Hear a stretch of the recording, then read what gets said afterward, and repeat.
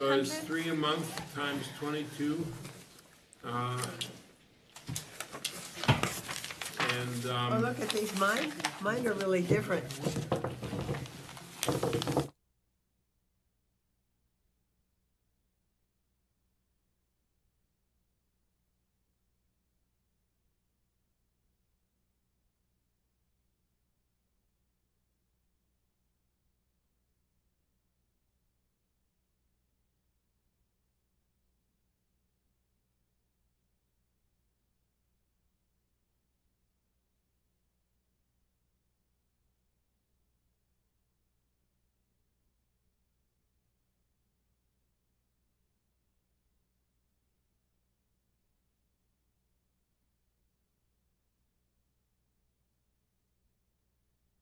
Or a Trump supporter.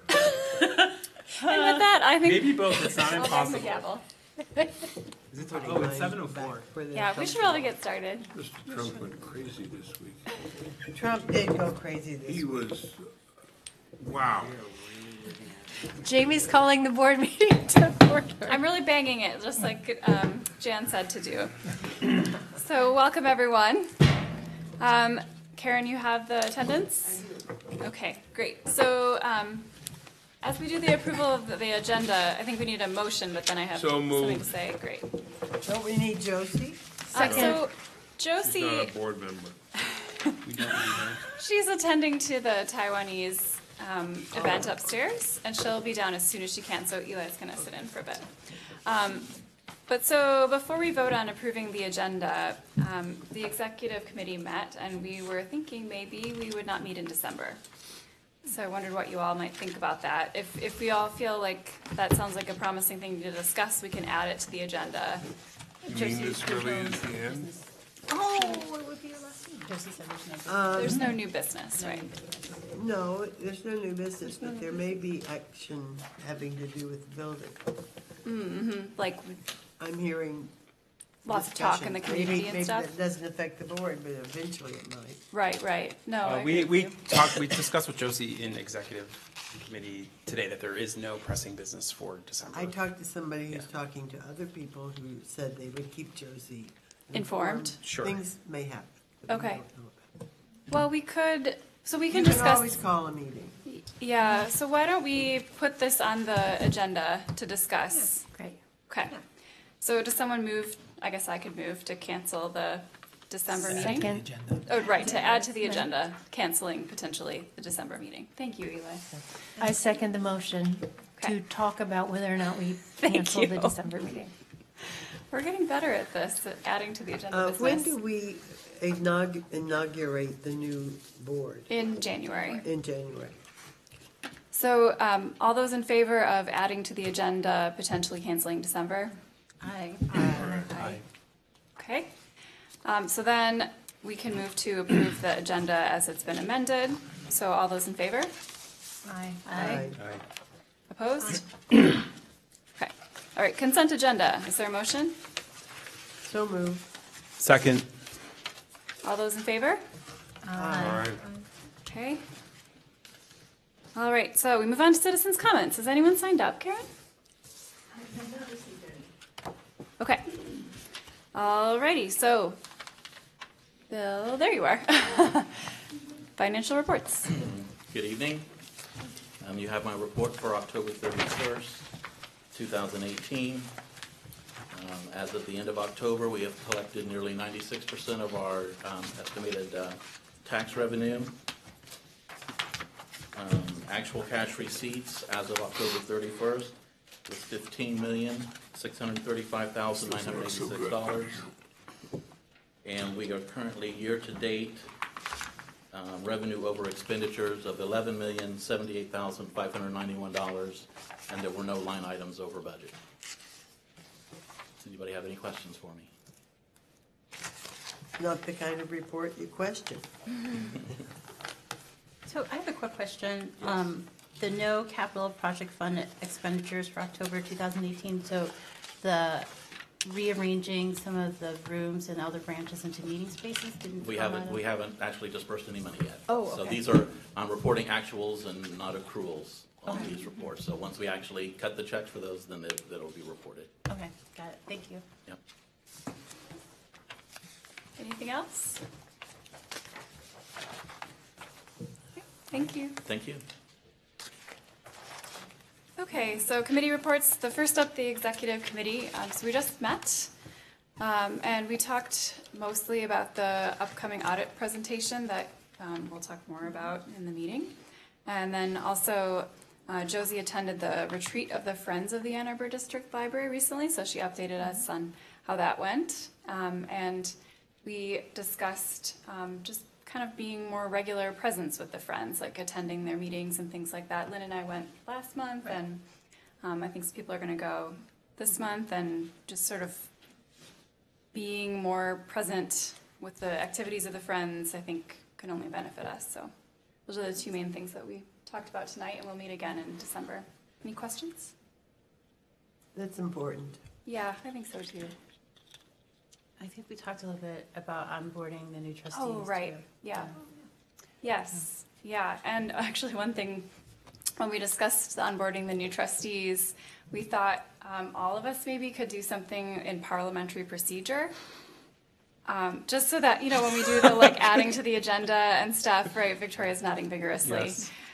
We don't get so tied up in things or feel a little bit more solid on that. I know that for Jen and Ed, it's, you've known it a long time, but maybe for the rest of us, we could use a refresher. So Josie Sounds and great. Eli are going to look into an online learning opportunity as well as potentially an in-person learning opportunity for us to be better at our procedure and meetings. And that's in addition to the legal training that they'll get that we all got. I have a question about the legal training. I remember Yeah. doing it 2 years ago. Do we all get invited to that again? I'd be interested in attending again. Yeah, right. I can't remember You whether did- we you- all you- attended. You could. It was an open meeting. Anyone could come. So we'll do it in January or February. Okay. Right. Yeah, if you could just make sure you let us all know whenever Yes. the date is. Yes. And that's closed session, right? No, No, it's open. No, it's open. No. I think the suggestion is you never outgrow your need for continuing legal education. Indeed. Yeah, agreed, Ed. There's a lot of complexity, so I feel like, I don't know. I mean, I'm speaking to the choir, but. The law changes. Right. That's right. And as in a point in fact, on Wednesday morning, I contacted the attorneys and I sent our policy around illegal substances in the library to them in Oh, light yeah. of the change in Michigan law towards marijuana. And they'll be looking at that for us to see if there's anything we need to do to change that and how, because the law changed. So, as an example. And if it does need to, it'll come before you to make the change. Which law are you talking about? The legalization of marijuana in Michigan. Oh, Thank you. Now it can be Any other questions? no pot as well as no gun. And alcohol. Okay, budget and finance? The Budget and Finance Committee met on Thursday. Correct. Thank you, Josie. And we met with Raymond to discuss the final version of the audit, which will be presented today for the entire board. There isn't anything really to report beyond that. We discussed the audit, asked our questions, and we received the committee received the final audit on Friday, I believe.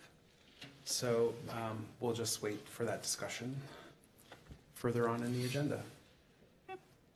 Questions? What Jim said. Okay, great. Okay. All right, director's report.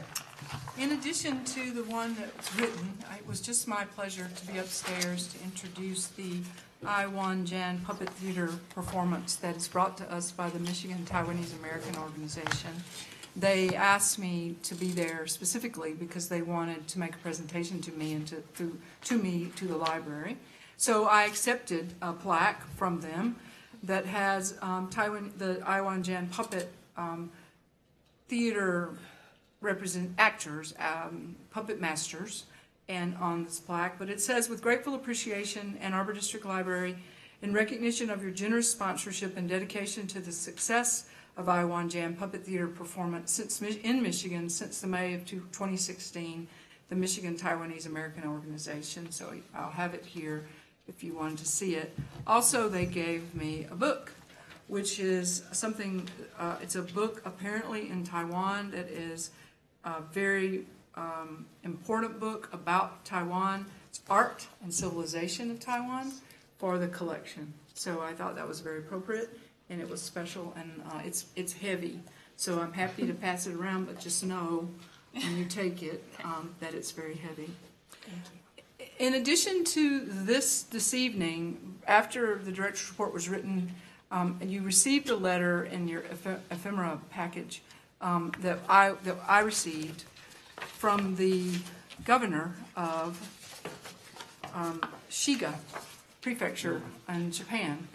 When we hosted the calligraphy exhibit here, the governor of Shiga came. This was part of the sister state an anniversary in Michigan. Not only the sister city of Ann Arbor, Hakone, but the state of Michigan is a sister state to Shiga.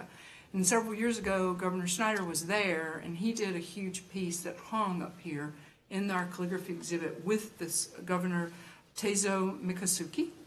The governor was here, and he asked to come to the library with his aide. The two of them came, and I took them through the exhibit, and then he wanted to see the library. Most of the collection in the public libraries is digital. And the fact that we have items that people take away and bring back is astonishing, and in his mind, amazing. So this letter, I want to thank you, dear Mrs. Parker, I want to thank you for your incredible cooperation and support in organizing the Shiga Calligraphy Exhibition. It was amazing to see the 140 or so works by Shiga residents displayed in your library. In addition, it made us think of how we could use Shiga's libraries, including to hold exhibitions and other events. Therefore, I'd also like to thank you for letting us learn about working towards improving our libraries.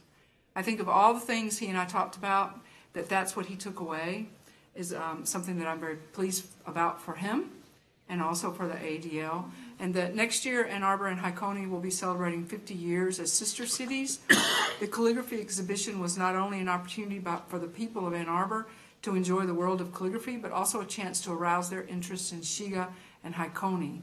I would be happy if it also became an opportunity to include the sister city relationship in the sister state exchanges. And what he's talking about are adults from various parts of our industry and arts and culture and government going there to visit. As they were here this year, and he's hoping that that would happen in reverse over there. I hope we will continue to have your support in both of those relations. It's a fun, lovely letter. He did a small drawing for me because he was one of the artists in the calligraphy exhibit. So I did put this in ephemera, but here it is in real. And so you're welcome to look at that. And it's beautiful. It's everything is it's all beautiful. So in the director's report, and I'm going to look at the screen, not my paper, so I won't get confused. The AADL Halloween Party and Puppet Show. Our total downtown Halloween door count was 2,929.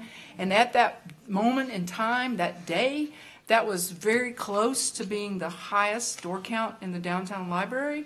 However, Tuesday, Election Day, that number was surpassed by several hundred, which was an amazing thing all the way around, because we have been an election precinct site for years and years and years, and it's usually less than 150 people who vote here. And it was a big, big day. So I'll put this in because I wanted you to see that crowd for Halloween, but also to tell you we had a higher number less than a week later. Do you know about how many came at each show? That's one show. Right. And the second show was that show. That same, it was huge. Yeah, about 450 for each show. Yeah, about 450. So you had more than 2,900 people to vote? In the library on Election Day. So I don't know how many people they actually said voted. 750 voted, yeah. And do we, don't What usually was get the about. vote total? 750. How many Democrats? No, I don't know that. I didn't ask. Well, but that's public record. I know, You but should I didn't look. I guess we could. So the other thing on my director's report that I want to acknowledge, because this is something that we are a 5-star library for 11th year in a row. We are now one of 10 libraries in the nation ranked 5-star for so many years. There were 13. Thank you, Ed. Thank you very much. There were 13 last year. 3 dropped off the list. But there were other 5-star libraries in Michigan, which has not happened except once in all those years. Richland Community Library for the second time is a 5-star library. And the Where is Richland? Richland's on the west side. Gull Lake. There we are, Gull Lake, thank you. The other one is West Bloomfield, which is northeast of Ann Arbor, near Detroit. And so we're very happy for them. There were also Salem South Lyon was a 3-star. Took them totally by surprise. They had no idea that it was going to come up. So they were delighted and pleased. And then I'm leaving one out. So those are 3 Michigan libraries. Besides AADL, And who Gull were, Lake, but they've got to be smaller libraries. they are all smaller libraries, yes. Oh, Kent District was also 3 stars. Outside of Grand Rapids. That's correct. So we have communicated our acknowledgement to all of them, and so they're all very pleased. But we are happy too, and wanted to make sure that we put that on the slideshow. Yes, Ed. I guess I'll speak for the board. The 5-star is an enormous accomplishment. Just being first in Michigan only says it in a small part of what it really is. It's the leadership of the nation, and it's a recognition that the kind of approximate one being Library of the Year when we were first, when Mary Ann was here, it was almost as if the library didn't know what to do with these honors. I certainly recognize it as an enormous accomplishment for the community and for the library because it's a partnership. We have to do it and they have to come. Right. And it's a credit to Mrs. Parker and to the entire staff. And it's one hell of a way for Jan and me to go out. Congratulations enormously. I'm going to ask a favor.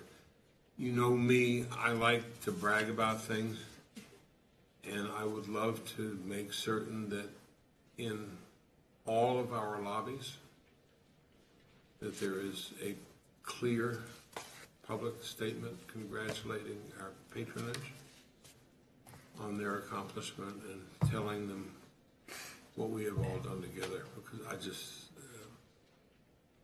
you can't get any better than that. Thank Is you, this Ed. the first year there have been other Michigan libraries? No, it's not the first year. It's the most in one year. Richland has been a 5-star now 2 years in a row, which I was delighted. I mean, as far as I'm concerned, it would be great if every library in Michigan could be a 5-star library. Is Richland, Richland Community's in Gull Lake, near Gull Lake. and where's Gull Lake? West side, right, Ed? It's I Battle need to Creek, go on Kalamazoo the area. Ed's tour of Yeah. Michigan. Yeah. Right, exactly. It's beyond, it's between Kalamazoo and Battle Creek, isn't it? Yes. Yeah. Okay. Right. Thank you, Ed. Thank you very, very Didn't much. Canton have something once? It did, but it hasn't in a Haven't while, yet. correct? Right. You know, I think, just to follow up, I think that thank you to the staff is appropriate, and some of them are here. They'll be watching, that we put the message out to, the day I found out, to the staff, and there were a lot of yahoos and yay, and everybody was excited. And what I said to the management team later is it struck me, and Ed will appreciate this. This is my 11th, personally, my 11th 5-star. It's still exciting. It still means a tremendous amount. And this, But it was the first 5-star for many people who work here. And watching their reactions reminded me that the 5-star is fresh every time. And we can't lose sight of that. So I appreciate Ed's comment. And this award is given by the Library Journal. Library Journal. It can go away just as easily, which is why it's important to get it back. The consistency. Yes. We haven't lost it. No, once we got haven't. it. No, we haven't. This is a photograph from our Paint Along with Bob Ross event. Valerie Sobchak is doing a marvelous job here, making everybody feel talented and welcome. And so we have been featured in American Libraries, and then because of the article in American Libraries, a week ago Friday, I was interviewed by CBC Radio's As It Happens about why Bob Ross and why is it so amazingly popular. And we are still getting press and social media acknowledgement about the Bob Ross event and how we do it and how many people are coming. So if you are interested or curious, you may join us for our next one. I believe it's in January, correct? On a Saturday. Yes, yes. And so we'll do it twice that day because we know we'll book out on the first one, so we'll do it again. Whose idea was it? Was it I think idea it was mostly Valerie's idea, and she brought it forward as an idea, and then she led it, and she did all of the work on making sure we got the rights to the show itself, to him. We wanted to do it with him teaching it from a screen, not staff here doing it. She made sure it was affordable in terms of all the supplies that we have to have. She got volunteers to help. She's been involved in all of the programming since then. It's amazing. Are other libraries picking up on it? Yes. Okay, Yeah. great. It's become and this was the thing, this was part of why the CBC wanted to talk to me. Our numbers are super high. We don't limit how many people can come, and we don't charge. And it sort of sets us aside a little bit. And they were asking me why this? And other libraries are picking up on it. We had a number of people call and talk to us after the CBC article, too. It's, you can see what's happening is people are painting to his instruction in this space altogether, and they're in this space when they're in this particular one, and it's quiet, it's contemplative. Sometimes people come in with people they know, like they do it as let's have a date, or let's do it as a roommate thing or a kid and parent thing, that we have teenagers are involved in this. It's quiet. He is, if you remember him, he's a Mr. Rogers of the painting. He has respectful tone. He's encouraging. He's confident. He gives you that. What is Valerie's last name? Sobchak. Okay. Children everywhere watch Bob Ross. I know that. I know that he's been calming children for generations. Yes, it's amazing. So we're part of that. We're glad to be. Here is the, this is Raccoon Ranch Mystery Afternoon. These are the staff members involved in our first ever Murder at Raccoon Ranch event. And down on the floor are the volunteers who came and helped with this huge event. There were 3,000 over the November series, there were 3,000 attendees. How many people came to Raccoon? I was recovering from 3 days of toddler granddaughters, and I didn't make it. But so it was a big event. We've had some good comments about how well this went, and it was a lot of fun, so I'm sure we'll be doing it again. In the library last Thursday, in addition to Susan Orlean, who was here to talk about the library book, in this room was the launch event of In Our Own Words, which is the survivors of Larry Nassar's victim statements without editing. They are as they spoke them and as they wrote them. So they're all up on this website, and 4 of his victims were here, and we're here to talk about not their experiences with Mr. Nassar so much, but about their experiences after they revealed that they were abused. They also were here to talk about how important the press was in making sure that story got out. And consequently, they all worked with the press, different Michigan Daily, W of M, and others to make sure that this website launched. It was an incredibly powerful evening, It was not an easy one to be in the room to listen to. There were tears all around, but incredibly valuable. And they asked if it could be held here, and we were very delighted that they asked us, and we were more than happy to be that location for them. So you should know that. And that was something that Tim Grimes was a part of, making sure that that went smoothly that What was the evening. attendance? The attendance was small, Jan. It was about 30 people, which frankly surprised me. But the people who were here wanted to be here. It was incredible.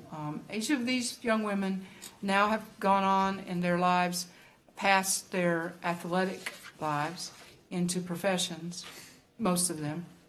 And they talk about what those are.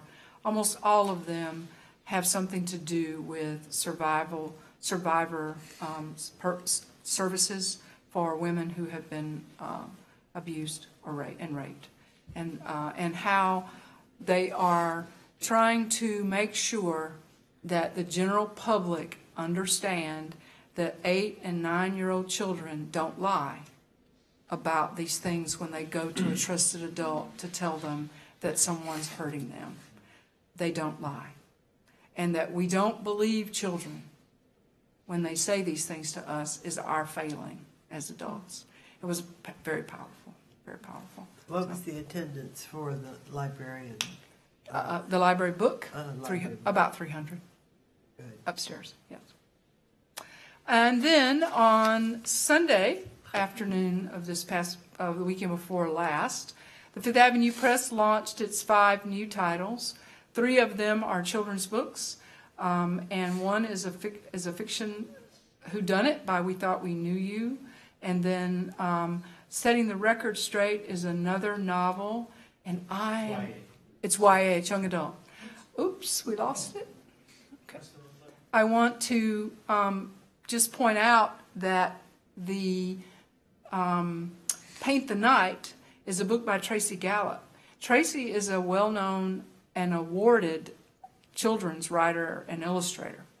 And she lived in Chelsea when I was a children's librarian right out of grad school in Chelsea.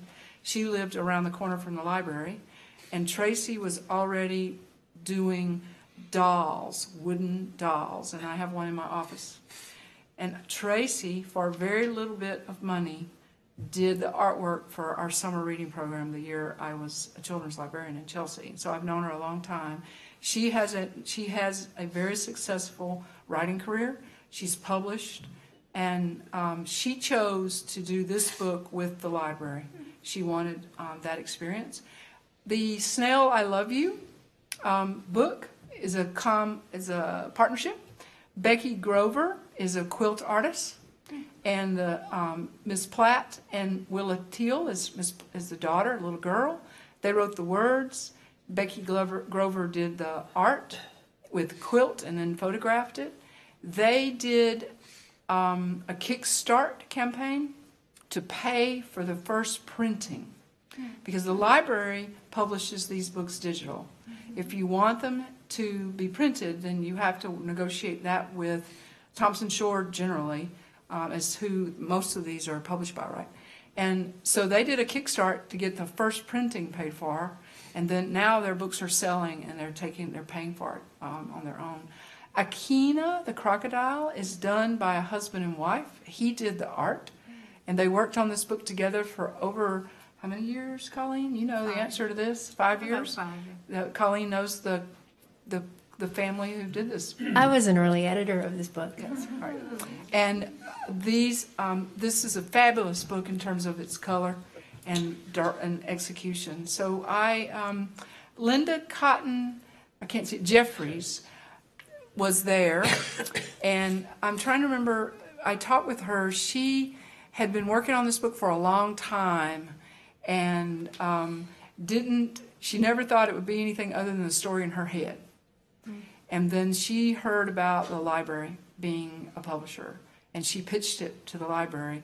And from what my understanding is, all of the people who read her submission were like, whoa, this book is amazing. And so I'm looking forward to reading that one. I haven't read it. So I wanted you to see these. We will have another launch of titles in May. And so this is where it's gone, Fifth Avenue Press. And we had about, how many people at that launch? About 150 people in the lobby for that launch as well. So Josie, how do you assign the reading of all the submissions that come in? Like, do people want to get on that assignment? yes, people raise their hand to read, and then we pay for the editing. Oh, Our right. staff are involved, or we have other people who pay for the editing. But staff want this duty. Mm-hmm. Yes. Cool. Keegan Rogers and his event series was featured in All About Ann Arbor. Keegan is a chef and at Food Co-op. I could see it. I couldn't name it. He brings huge crowds in, and we'll be doing more with him in, is it December? Is it macaron? Yeah. Macaron. Making macaron. It's going to be in the lobby, right? So, come. We're just in time for your holiday meal preparations. Ignite returned to Ann Arbor, and it returned to the downtown library a week ago this past Friday. I'm thinking, I'm trying to remember because I came to this. That was another 200 people came for Ignite. If you don't know what Ignite is, 16 people talk for 5 minutes each, and they have 20 slides, and that's it. So whatever topic they want to talk about, it has to be within 20 slides in 5 minutes, and it's just like that. And it was everything from a person who was working on technology that you use on your phone when you ask your phone a question and your phone answers you back out loud, to a person who helped develop that and is working on that because she was going to China to work, and she was trying to take language lessons and realized because she didn't have anyone to talk back with her, she did not know if she was pronouncing things correctly or not. So part of that technology is from that. Give me another example. You would bring that one up. There was a librarian a bookstore librarian book person who did research on discussions and illustrations of a sexual nature in books written and published in the Victorian era. And we had to do a disclaimer ahead of this because we had picture books. I mean, we had a bunch of children in this room as well. Including my 13-year-old. Including your 13-year-old. My 13-year-old, Who, yes. your husband kind of did that, and that was that. So it was not bad. It was just something He that did not mention it. you can ask him about it. I will now. It was all the terrible stuff that we all know people used to believe about why people did what they did and why they didn't do what they didn't do. And these Victorian medical books, some of them not novels, and line drawings, that sort of thing. So anyway, there was that one. I'd just like to say that Garrett's daughter was way too embarrassed to come listen to him talk about it. That I can understand why. So anyway, it was a great evening. So these are our things that are underway. The meeting room subcontracts for Pittsville, Mounts, and Turberwood. You will see how that's going on Wednesday. The 4th floor staff area renovation design, that work's completed. We'll be beginning that in early this year. We will be putting that out to the staff involved on the next week to see what we're doing, to get their feedback if we need to make final adjustments. That's the staff area where we have 4 departments working in one particular area. We'll be planning for the removal of the WLBPD digital cartridge storage and the FADL space shift. We'll be beginning then. I did attend the Friends of the Library retreat, and I was able to talk to all of the people who work in the basement for the Friends and sorting about this. So that was about 100 people, or actually about 60 people. About 60 people? 60? It was a lot of people. So it was good because we had that information out to a lot of people, so I was glad to do that. You know about the architectural program, and we'll be getting a report back early part of the year. Our half-day training with Cook Ross was canceled on their side of things. We have rescheduled, and it will happen in early December with managers and supervisors. This is a summary of comments about Bob Ross. They're getting so popular that word is spreading across the border, and this was the CBC conversation that I had that we talked about earlier. This young person says we never get tired of, we never get tired of cute kids and our chess sets. And it's a cute kid and our youth area chess set. And if you haven't gone in there sometime to just hang out, the chess set is interesting because of the ages of children who think they know how to play chess. And they tell you they do. And then, so just sit down and try to play with them. You will lose every time. Children's author Mike Carato visited the library and posed with one of his fans. Our Melcat totes continue to delight our patrons.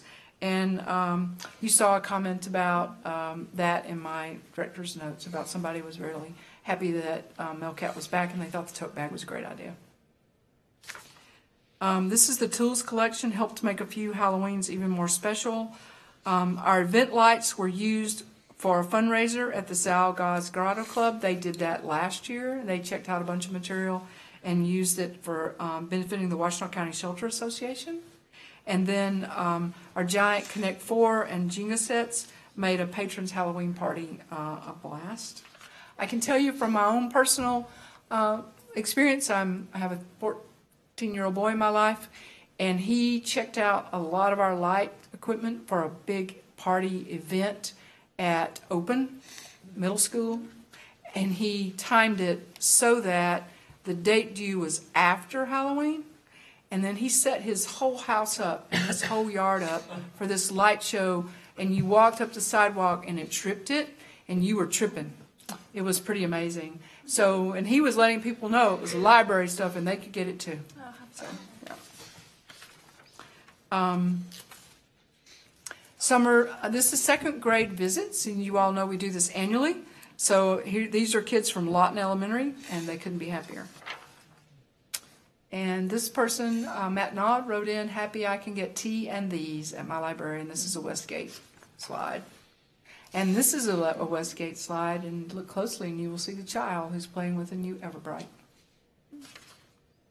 And this one is Westgate. And this is a group of yoga teachers in training who just showed up at Westgate and took over the West Side room this past weekend and just took it over to learn together. And there was no conflict, so we left them alone. And this sort of leads to the point of our having more meeting rooms across the system. And this is Robot Rickshaw. And this was a Saturday afternoon event here. This was the Synth Expo. These are, this is his robotic synth rickshaw. And he brought that in on the back of a U-Haul truck, rolled it in here, rolled it up on the stage with those things that cars drive up and guys work underneath them. And then he played this on the stage. And the most important thing about what he did is he came down and he explained to all the children in the room exactly how that worked. And it has drums, clarinet, guitar, several drums, and it's all digital. And then he talked to them about how. And he made it so simple and so straightforward. And it was really amazing. And this is people of all ages and backgrounds and musical talent attended the Synth Expo. And we're going to show you a film of a little girl playing with those things.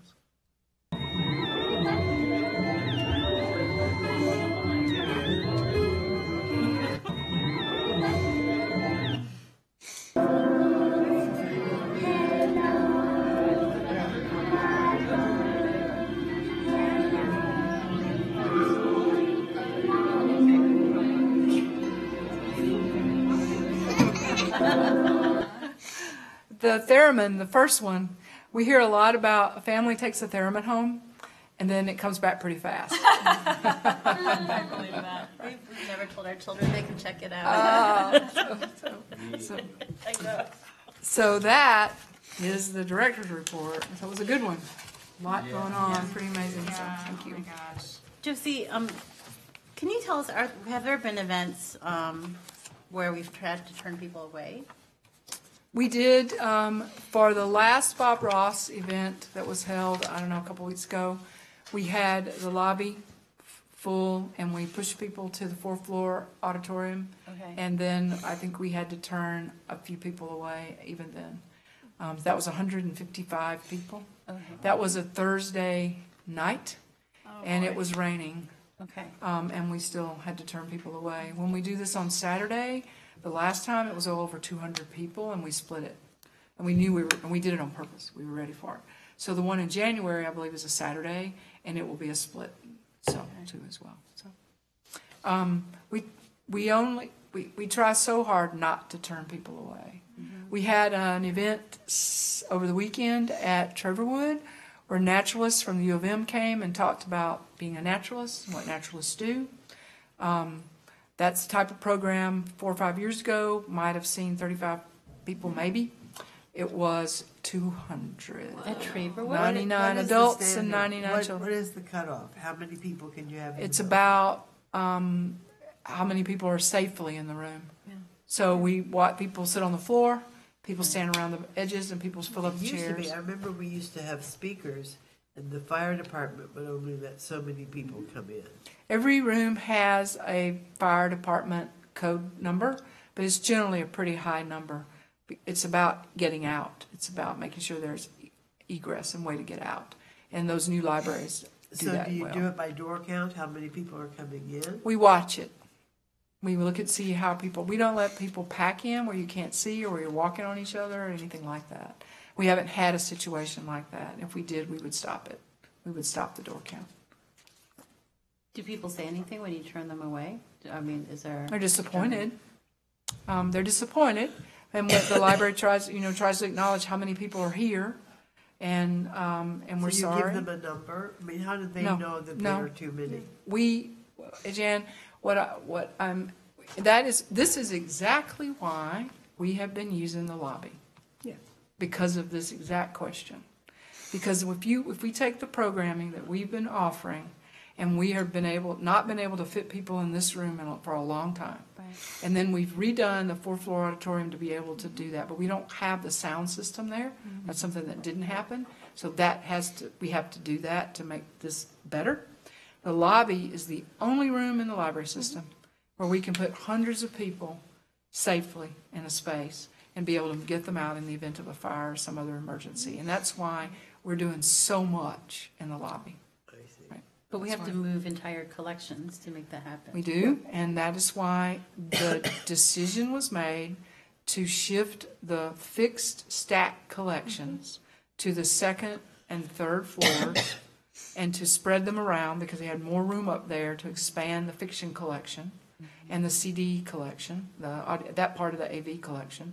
We left the DVD and the teen area collections downstairs, but all that other space, that became that part of the collection which is on rolling carts, and that's the tools collection. And that's why it came into that space, because it's not as difficult to I was move. asked that question about the third floor.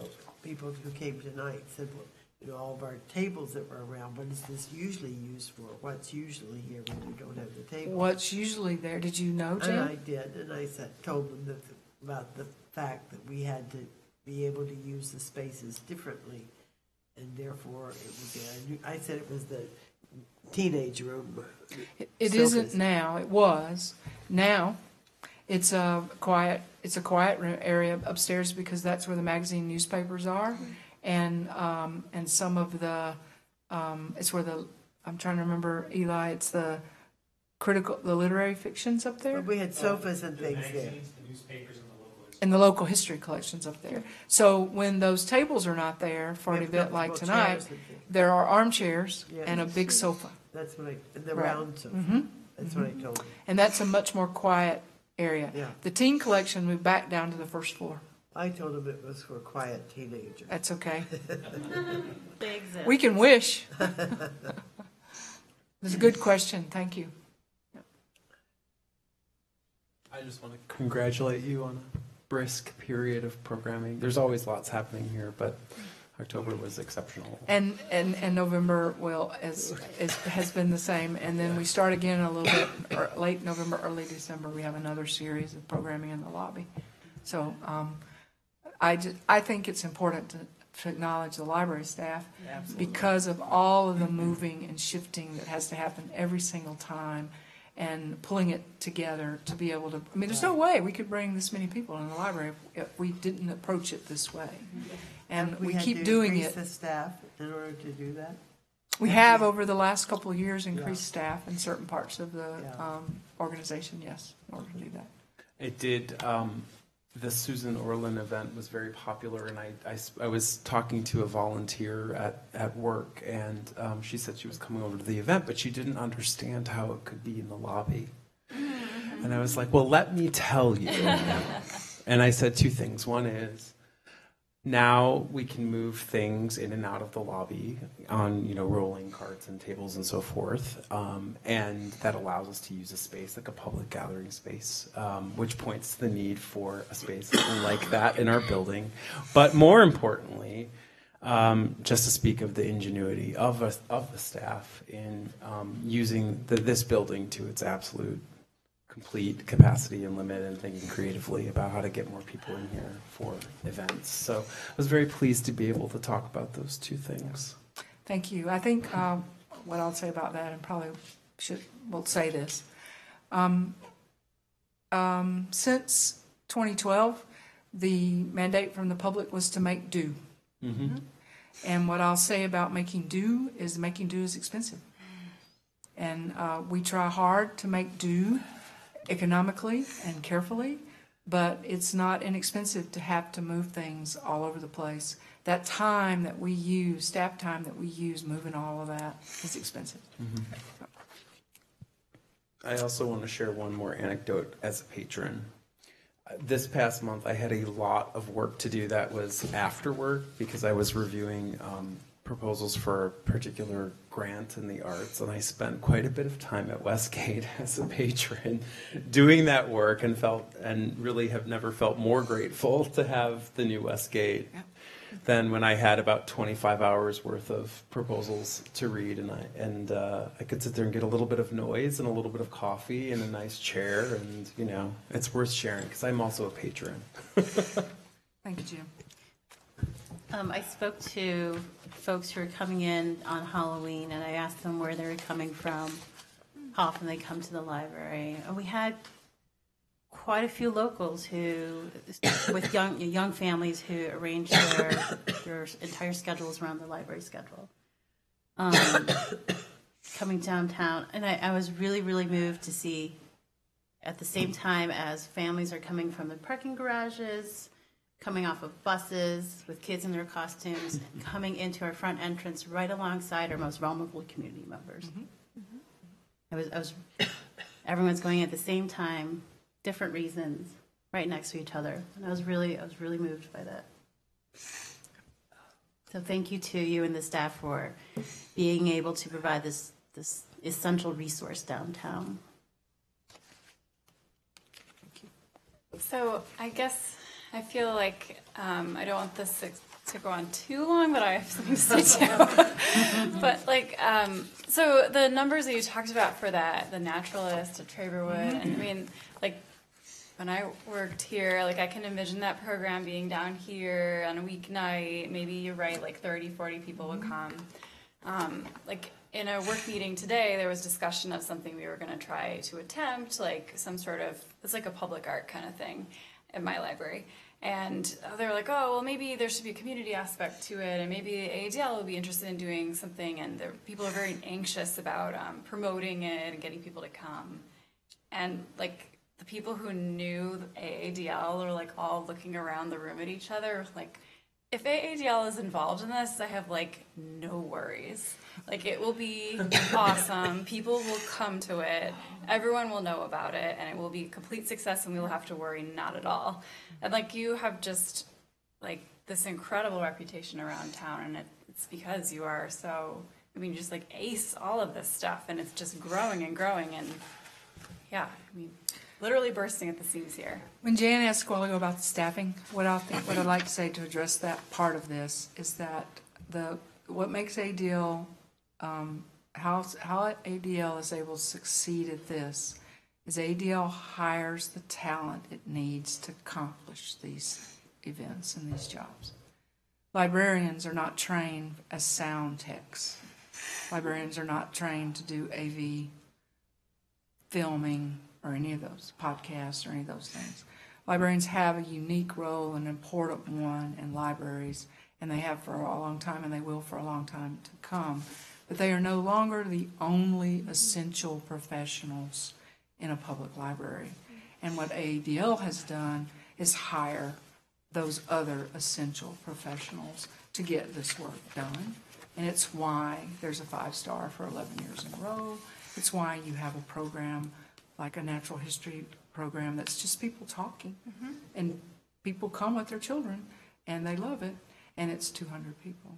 So I want to say that about how ADL manages it. The AADL is the library. Yes, ma'am. It is the library, and that is yes, ma'am. Yes, ma'am. Josie, can you speak to why we have so many events? Well, Valerie Subject's a great example. Valerie had this idea. She pitched it to a team. We work in teams here. She pitched it to a team. She had done all the research. She looked into what we needed to do to make it happen. It's hands-on, and it's not like anything we've ever done, or it's not like anything else that's happening. So they decided to move forward. So a lot of people here think of things that they would like to see us do. They go through a process here of discussion and vetting, and it sort of moves up. And then we have people who are interested in seeing it happen. We have the space available, and then we promote it, and we do it. So we're not seeing ourselves as only providing traditional library programming, but more general appeal programming for all ages. One of the other programs that we've been doing, it's the 60th Nerd Night is coming up this week. We didn't begin Nerd Night, but we were soon into it. So the 60th Nerd Night is this week, and that's not a traditional program for a library at all, but it packs. And everybody associates it with us as ours. And that's not. So when you ask me about why we do so much programming, it's the way to bring people to you and to share all that you are with your public without diminishing the book-centric user and why they come into the library. So that's why we do it. Thank you. Thank you, Josie. What a month. Holy cow. It's a month. I hope you're taking some time off at Thanksgiving. We'll move on to more good news, I hope, from the auditors. It's time for the auditor's report. So could Richard Carpenter come to the... Thanks, Josie. Yeah, good evening, Richard. Good evening. Thank you for sitting through all of that. No, not a problem. It's wonderful news. Thanks for having me. Just really quick, I'd like to state that Nathan Balderman sends his regrets for being unable to join you guys tonight. If there's a silver lining, I get to see Josie again. It's been a few years since I've been able to come and visit you guys here at the library. And just a quick congratulations to both Ed and Jan for your tenure here on the board. So. Thank you. You should have before you 2 items. The first item I'm going to walk you through is a letter. It should be stapled. And then the second item we're going to walk through is actually a bound copy of our report. So just making sure we all have the letter in front of us. Excellent. So just really quickly, I don't want to spend a ton of time reading to you a letter, but I will walk through some of the key points that are within the letter. This is a letter that is required from us, the audit firm, to you as those charged with governance of the organization to help you to understand what it is that an audit is and some of the information that we found during the audit. I'm just going to hit some of the highlights from each section, and we'll go into a little bit more detail as we start talking about the actual results of the financial statements themselves. The first main section here is our responsibility as it relates to the financial statements and the audit. So just so that we're all clear, the audit firm's responsibility is to test the financial transactions that represent the underlying data for the financial statements, to produce our opinion on whether or not those financial statements are fair and accurate in all material respects. It is the responsibility of management to make sure that that data is complete and accurate, and the financial results are also the responsibility of management. So just helping understand that there is a line between the audit firm and management. The second section here talks about the plan, scope, and timing of the audit. And so I'm happy to note that we were able to complete the audit in the plan, scope, and timing as we had planned. The third section on this first page is just that we as an audit firm, we are independent as is required for an independent audit. And so we do meet that requirement as required by the AICPA. On page 2, if there were any significant accounting policies that we want to make sure that you're aware of as you read the financial statements, we would include that here. The primary things that we would point you to are some significant estimates that are included. Estimates are a normal part of the financial statement reporting process, but that means if those estimates were to be determined to be inaccurate, for example, when you get to the point of saying, oh, this is what actually happened, but maybe it's not perfectly in line with that estimate, it can change your financial results. For example, capital assets and how long those assets will be good, the useful life of those assets is a significant estimate. While we take things like buildings and we assume that they'll be good for 20, 30, 40 years, in reality there are things that could happen that we can't determine today that might cause those estimates to be inaccurate, and we'd have to address them in a future period. A very normal part of the audit process, but things that we want you to be aware of. If there were any significant difficulties that the firm were to have encountered during the audit process, we would have to report that in the next section on page 2. There were none, and I'm happy to report that. If there were any uncorrected or corrected misstatements that we determined were material, we would have to report that. And again, happy to report there were no such misstatements or material corrections. Any disagreements with management, we would have to report that. There were no such disagreements. Representations requested from management, and there's actually a letter that's attached to this letter. What we do is we ask both Josie and Bill to provide to us their representation that they are providing us all the information completely and accurately as we have requested in order to do our audit correctly. It is not possible for an audit firm to find or do a complete and accurate audit if we don't have complete cooperation from management. So that's just them telling us, yep, we did cooperate. And so we do rely on that letter from them. And then attached to this letter, we also provide some upcoming accounting pronouncements as attachment A. Again, don't want to get into too much detail for you on that, but there is one coming up for your fiscal year 2020. So we would be 2 years in the future related to fiduciary activities. We're still in the process of determining what impact that might have for the library, so we'll keep that in mind as we look into the future. So that's the high level on the letter. I don't know if you've had a chance to read it in advance. If not, I do encourage you, since it is to you as the board charged with governance. And if there are any questions on it, I would be happy to try to take those. Otherwise, I'll jump into the financial statements. In the financial statements, we'll start with what, of course, I consider the most important part, which is page 1, and that's the opinion on the financials. Again, we talked about management's responsibility, which is the production of the financial statements. We talked about the auditor's responsibility, which is to test the underlying information and come up with our opinion. And then on page 2 is where the important information is that, in our opinion, the financial statements referred to above do present fairly in all material respects the financial position of the organization, which means it is a clean opinion. It's the best type of opinion that you can have on your financial statement. So for that, I would like to say congratulations to Josie, to Bill, and to the team for the work that they've done to make that possible. We did want to bring out in the second paragraph of page 2 a significant item, which is that in the current year we did implement GASB 75, which has to do with retiree health care. And so as a result, we did have to restate the beginning position for the organization, because this is the first year that you are required to report that information. And I'll dive into that a little bit in more detail as we get into the financial results. So again, congratulations on the clean opinion. Just to touch on a few quick items, I'd like to move to page 11 of the financial statements. which is your statement of net position.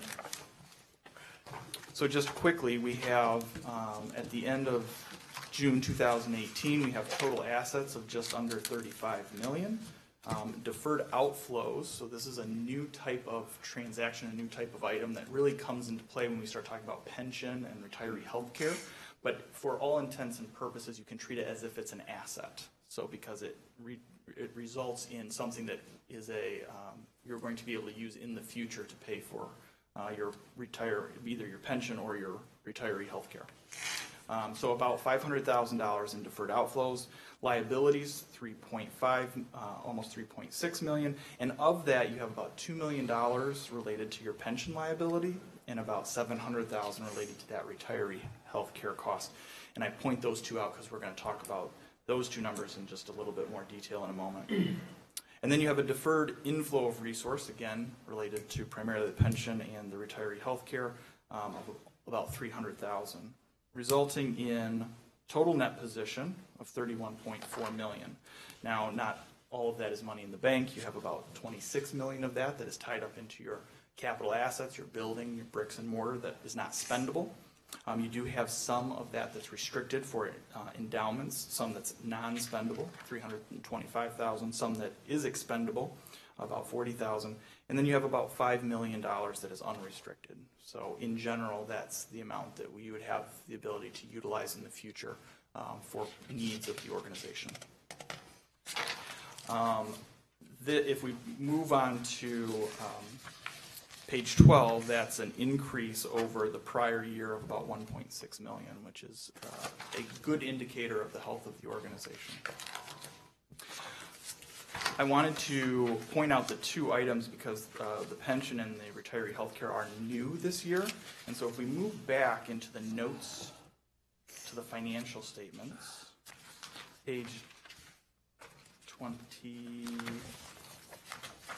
let's see, 29 through 36 is all of the information that talks about pension and retiree health care. It's a lot more information than you probably want to know about, but I want to point out on page 36 of that particular note, those liability amounts that I mentioned, they are very volatile because it does rely on the how well the investments are doing within the trust, as well as any changes that are being made, if changes are made to both the pension and retiree health care. So what you'll see is we have our liability amount, and I'm on the first little schedule on page 36 of $2 million for pension. If the actuary were to just change the discount rate, which is one of the assumptions in that, by only 1%, that $2 million liability could go up to $2.6 million or could go down to $1.5 million. So there's $500,000 swing on either side of that. Similarly for the retiree health care, if 1% change could be a $100,000 increase or a $100,000 decrease.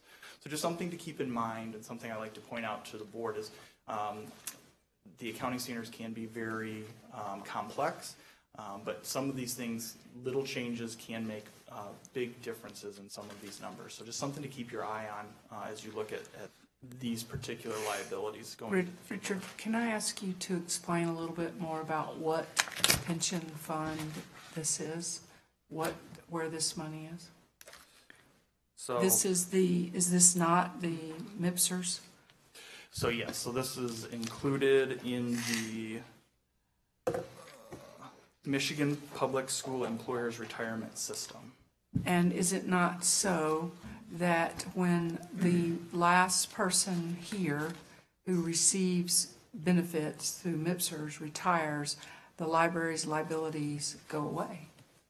Is that correct? It is directly directly calculated based on the number of employees that are in the system at the time. And so I just want to make it clear that when they're talking about retirees, pension and health care, they're not talking about most of the full-time employees of the library. We're talking about those who were part of the school system who remained with us and were covered by MIPSers, what we call MIPSers. And now that number That number is smaller and smaller as years go by. And we carry a liability like every other public employee in the state that uses MIPSers. And once we no longer employ, because people couldn't opt in after a certain period of time, so we no longer have people entering into this. So I just want to make sure we understand it's a liability that will go away. All right, that's correct. Okay. So, all in all, I'd say that you guys are, your financial statements are very strong. They present very strong, which is good. And again, it's a clean financial audit, so congratulations. Any specific questions on the financial statements or the letter that we've presented this evening?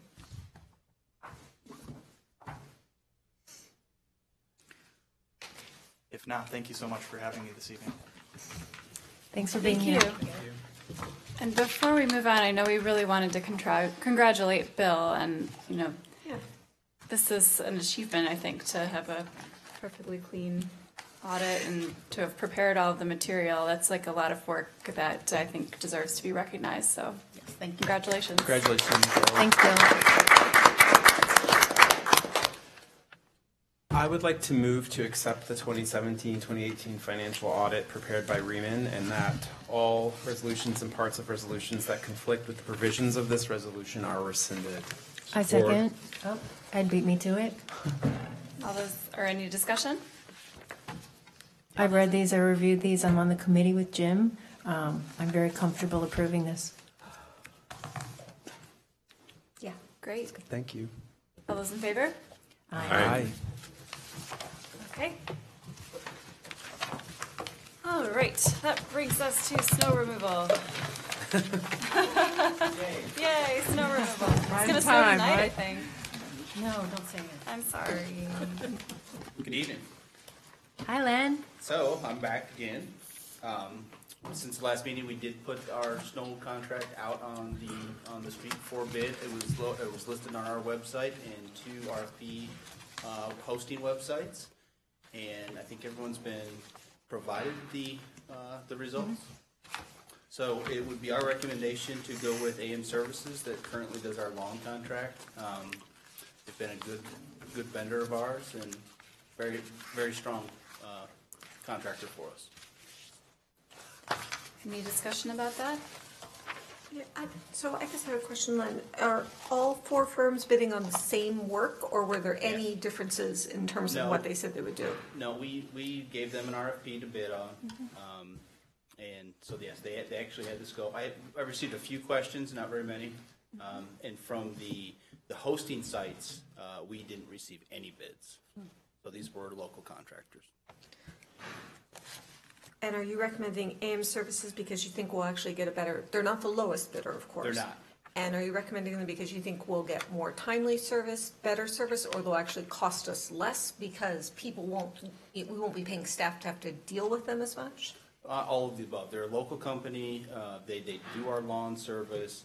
Over the last 2 years, when the last contractor couldn't make it up here from Toledo in time, they jumped in. They did service our sites at a one-time cost per visit. So they've helped us out in the past. They also have existing contracts near all of our facilities, which is really helpful. So you have a higher degree of confidence that they'll be able to. Yes, they're close to every one of our sites, so The there wouldn't lowest- be anything logistically. that I they can can't speak for them. They do the work in my house and have done it for 20 years. They're just fine. The lowest bidder feels like higher risk? handle. Yes, Okay. yes, and the low bid, they didn't meet the threshold of 15 years snow removal experience. Okay. They've been in business longer, but the snow removal, they didn't have 15 years. Okay. I would move that the contract for snow removal services be awarded to AM Services for the next 3 years for the bid amount of $47,000, and that all resolutions and parts of resolutions that conflict with the provisions of this resolution are rescinded. Second. Any discussion further? Thank you. Thank you. All those all those in favor? Yes. Aye. Aye.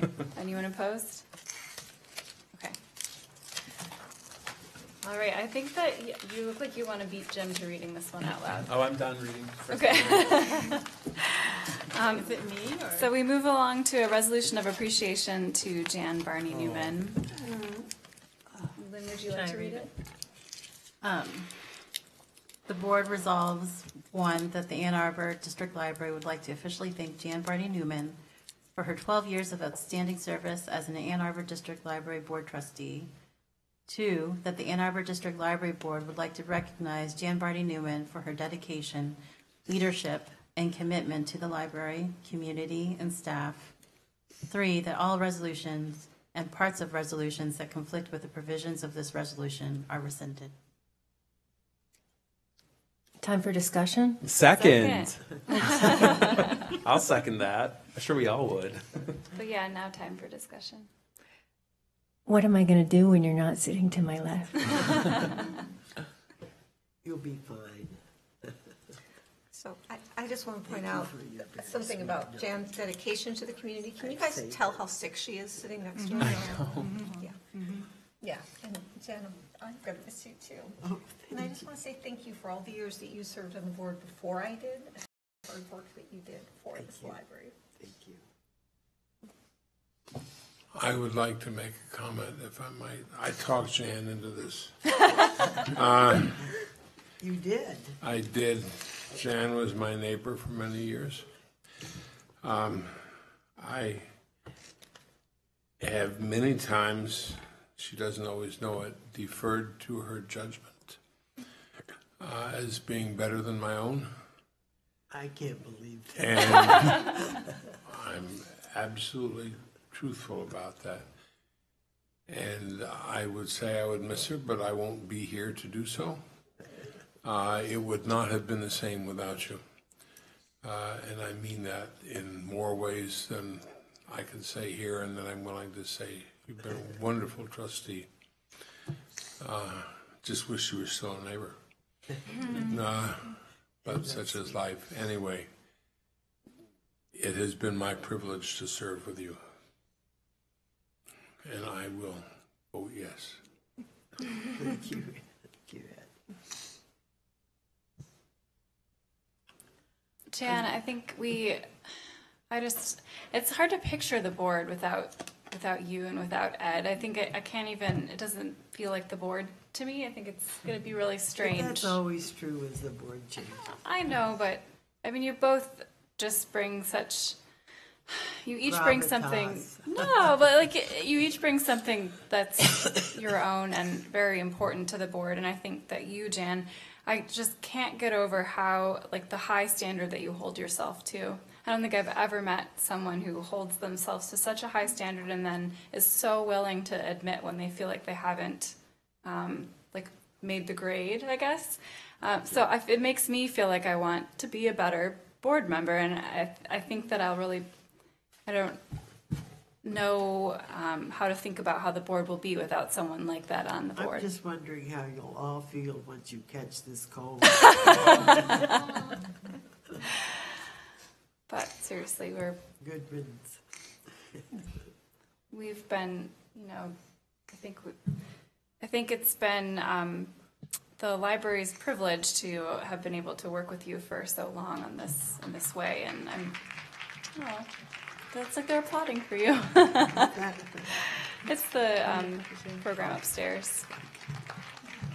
Thank you. Typed through the speaker a little bit. It's certainly been a very rewarding experience for me. It's made me feel a part of the community, and it's true that Ed got me into this, but it's been an enriching experience. Not only, I think our boards are always good. Ed and I have talked about past boards that we've been on, and the talented people who've been on this board, and you are all the same. So you have a tradition to follow. It's not just us. Really, there are others who've been here, who've done all this work. Not to mention the friends of the library who got the millage that got the millage 2 mills that has made all of this possible. So we're building on a strong foundation, and you are too. Could I say something about that, particularly Sure. the Friends? The Friends, those who preceded us, most of them are no longer with us, built a foundation without which this board would be nothing. That 2 mills and the enormous strength that the library has had of support amongst the public, and you saw some of those people tonight. Fred Mayer, was wonderful to see Fred there, and some of the others. You have no idea that we have had a naive and often hostile press.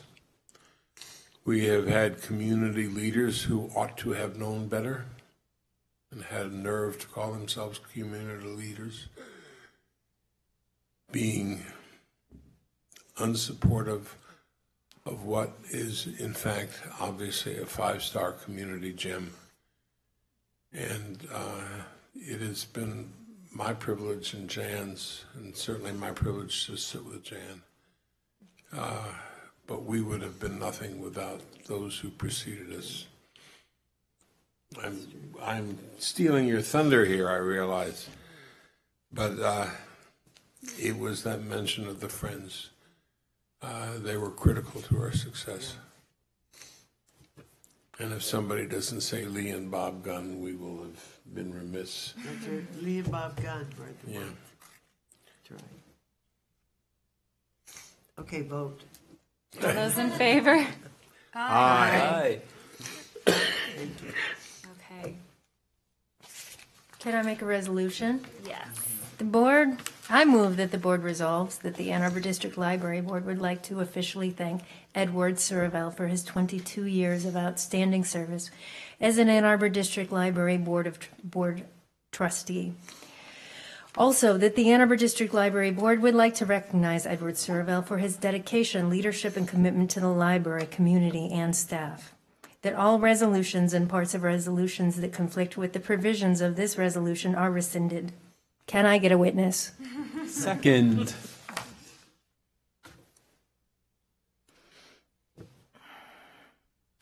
You've been great. You've taught me a lot from the moment I first met you in 1997, which of course you don't remember, but you've been teaching me lessons ever since, so thank you. Thank you. And I want to say one anecdote and then one thing that I learned from you, Ed. I came to Ann Arbor in, I don't know, sometime in the 1990s, and it was before there were real estate signs on the front lawns. But it wasn't too long until there were real estate signs on the front lawns. And that's when I started to think, who is this Ed Suravel guy whose signs are everywhere? Because it seemed like every house was being sold by Ed Suravel. So I started to hear stories about Ed before I ever met you. But as a board colleague, I just want to say one thing that I've really appreciated about the chance to serve for 2 years with you, Ed. And that's the way that you'll be quiet throughout a discussion, and then you'll bring to the discussion a fully thought out, cogent argument. I might agree or disagree, but it totally is put together in your head with all the logical pieces together. And I hope to be able to do that as well as you do someday, Ed. Thank you. Thank you. Very well said. Very well said. You want to hear a story about the signs? Yes. Sure. Yes. Ann Arbor for 34 years did not permit for sale signs in yards, commercial sale signs. It permitted for sale by owner signs. And the law said you could put a sign in your front yard, could it only have the words for sale and a telephone number. The law in Michigan requires for real estate companies, licensees, that they put their name out. The very identical wording in Ann Arbor that was used to enforce no signs was used in Dexter to enforce signs. Go figure. I'm sorry, Ingrid's not here. She's a part of the story. I'm a believer in free speech. And in some regards, that meant commercial free speech, and I certainly believed that the law required us to put our name on a sign, and that if you're selling your house, you were entitled to have a sign in your front yard. It's also a matter of public information and permitting everybody to know that any particular house was for sale. The Almighty came down to me one day and said, it's time to do it. I did it. I announced it to my firm. Agents went out and put some signs in the ground. The first thing I did was call Ed Pedikevich, the editor of the News, and told him I had done it. He said, good, give me an address. The second thing I did was call Ingrid, who was at the time mayor. There was a silence at the other end of the phone. And she said, can we wait a while? And no. And for the next 6 months, Edward Suravel Realtors, and sometimes me personally, was badmouthed by the city council. I finally sued the city council in federal court for having a chilling effect on public business. The city did not file, but forced me to write a very expensive brief. And the day of the hearing, they didn't show up. That's how democracy works, but there have been signs here ever since. I think the public is the better for it. Some signs are nice. I liked my old blue and green and white sign.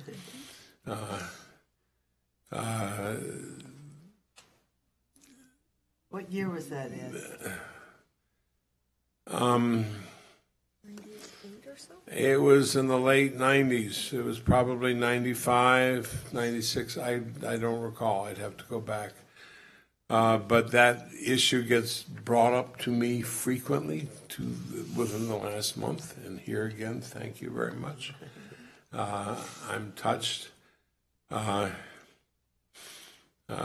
so we have signs. Of course, City Council made no such prohibition about putting political signs up.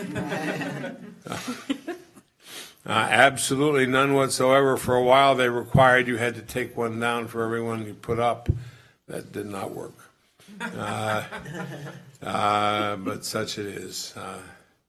And it was a great pleasure for me. I want to build on that thought before we get to the vote by saying that leadership often makes one uncomfortable. You sometimes have to say hard things or hurt feelings. And I think I've thought about that a lot since over the last couple of months as we've worked to be as public as we can. And I think you've set the tone for that. You say difficult things when you think it's important. And it's driven by integrity, and like Victoria said, we may not always agree or see eye to eye, but the ability to bring out issues and examine different sides of them is critical.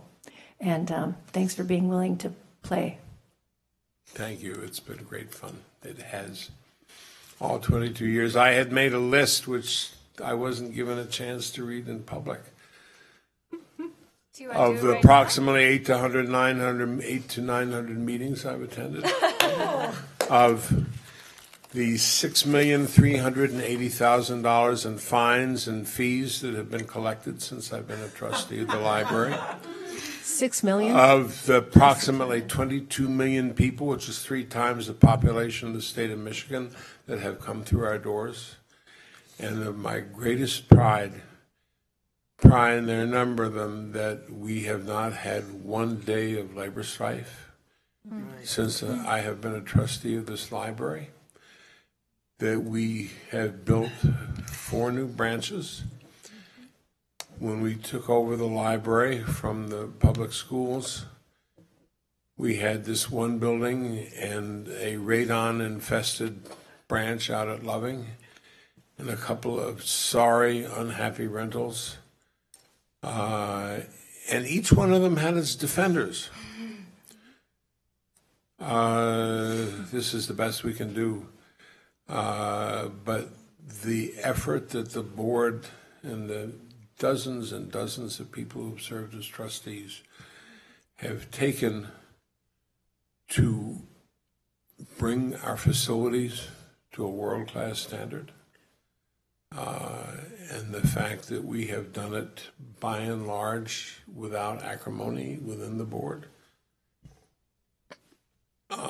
that's remarkable. Yeah, I wish you well.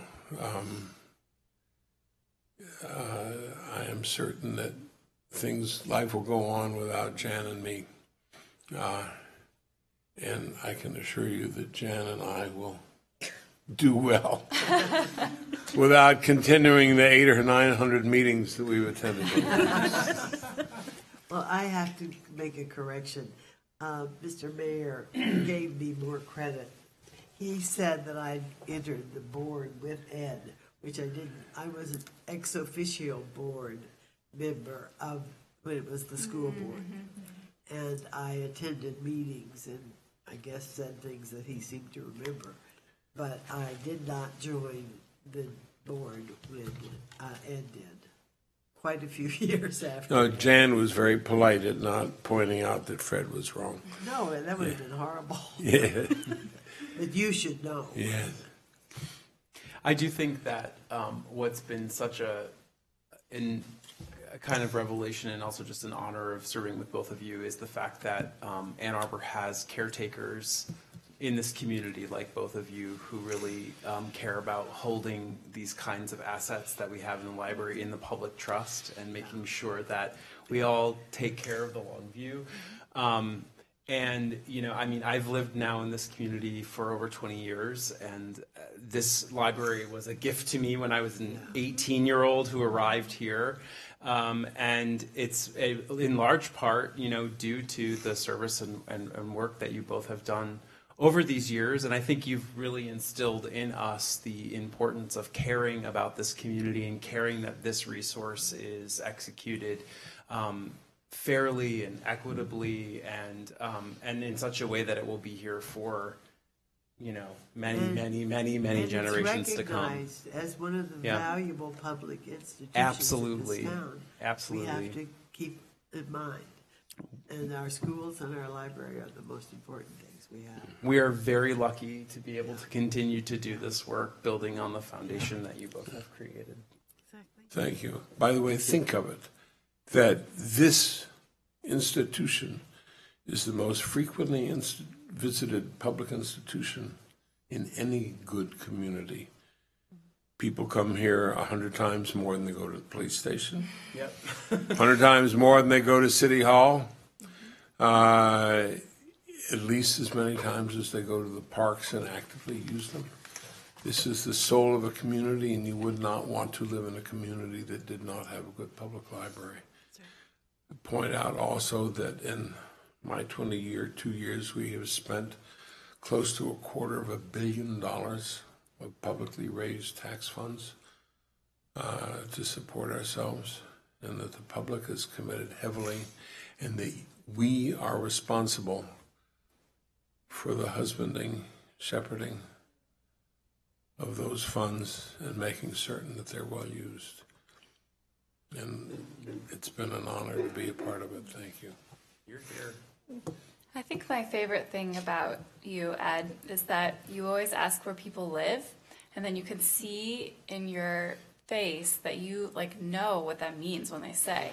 Like, I live on a tiny dirt street that like no one else had heard of, but I remember when I told you where I lived, you were like, "Oh, yeah, Barber." And I just think that's amazing. You have this like incredible mental map of Ann Arbor, and that extends to the way that you think about the possibilities for us. And I think it's like that's the sort of charming thing that I like to think about when I think about you. But I think that the flip side to your presence on the board is just like, I think rigor is the word. Like, if it doesn't matter how difficult the discussion is going to be, if it's important, you're going to say it. And like, I think that for me, I might cry, but I think that like, you've taught me a lot about saying something when it needs to be said. And I think that like, it takes a while to get your bearings in this kind of forum. And I think that you have always pushed all of us, but I felt pushed by you, certainly. And it's like, I think that I've grown a lot from serving with you, Ed, and I appreciate it. Thank you. That's lovely. Can I tell you a story about streets? And let's get this meeting. It'll be very short. It'll be short. Wait, wasn't it Fred who said, Ed will shut up when you talk? Yes, I was, last Christmas, I was 15,000 miles short on my gold status on Delta. And I flew from here to Maui. I spent 2 nights in Maui, I turned around, came back. In that time, I discovered that every cab driver and Uber driver in Maui was a Vietnamese. And yes, I asked them where they were from. And the last one that took me to the airport said he had been brought to Detroit as an orphan, and he hated it, and he asked to be transferred. And they took him to Tecumseh. And for those of you who don't know, I had a great big business in Tecumseh. And I said to this kid, you have no idea who you've got in the back seat of your car. It always helps everybody to find where people are from. It does make a difference. Thank you. Further I saith not. Okay. Okay. We need to vote. All those in favor? Aye. Aye. So it's my turn on behalf of the staff. Jan, what you give us all every time we're around you is the unmistakable expectation that we will behave well, that we will put our manners out there first and foremost, and that we will not forget that we represent the Ann Arbor District Library. And for that, we all appreciate you and are grateful to you. Am I too stuffy? No, ma'am. You are the best. You are that woman from my childhood who followed me into my adulthood, who taught me how to be a lady and to not forget it. And I really, really appreciate it, and I will always be grateful for it. And Ed, for all the talk about knowing what to say when, what you taught me, and you're going to say it with me, never pass up the best opportunity, the chance to keep your big mouth shut. And that has served me beautifully for 17 years. And you taught me how to do press conversations, how not to do press conversations.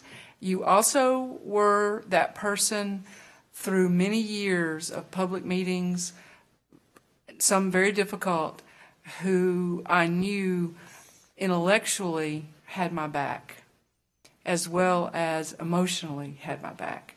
And for some of the people who've worked here for a very long time, you understand that when the library launches on its first ever building project, that there's a lot of ground that some of us are asked to walk on that we've not before. And so the learning curve's huge. And Ed was one of those trustees, and there were several, who made sure that we could walk out there and do it. They did not leap out in front of us. They did not push us to the back. They did not say, you cannot. They said, let us help you. Listen to us. We will show you. And they did. And he was part of that. And he remained part of that. And he still does it today. And he did it here tonight. So for that, I thank you. Thank you. All right, we already voted, so that just brings us to discussing whether we'll meet in December. Let's go. Should we just vote? Yeah. Okay. So all those in favor of canceling the December meeting, or no, we need a resolution, I'm sorry. I'm all befuddled. We can just make up a resolution. I move that the board resolves to cancel December's scheduled meeting. Do I hear a second? Second. Is there any discussion? All those in favor? Aye. Aye. Aye. Okay. All right, citizens' comments. Yes, we do. Oh. Okay. Hi, guys. Pull it down. I just wanted to say What is your name? Oh, sorry. I'm Melanie Baldwin. I'm from Whitmore Lake. I am not anymore the director of the Friends, but since Rachel couldn't be here, I just wanted to say that I really appreciate Jan and Ed and everything you've done for me personally over the last almost 3 years, as I was the FADL director, and the whole board and everything you've done to help me. And I just wanted to say congratulations on your retirement from this board, and I wish you all the best. Thank you. Thank you. Thank you. Is that it, Karen? Yep. Okay. Great. All right. We'll see you in the new year. Some of you. We're adjourned. I think, Jeff, the story time's over, isn't it? What? Public